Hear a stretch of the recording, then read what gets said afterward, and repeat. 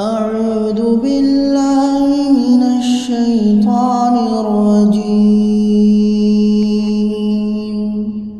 بسم الله الرحمن الرحيم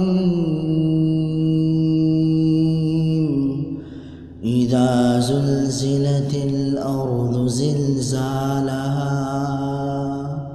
وأخرجت الأرض أثقالها وقال الإنسان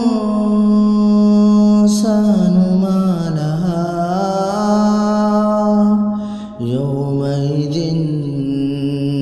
تحدث أخبارها بأن ربك أوحى لها يومئذ يصدر الناس أشتاتا ليروا أعمالهم فمن يعمل مثقال ذرة خيرا يره ومن يعمل مثقال ذرة شرا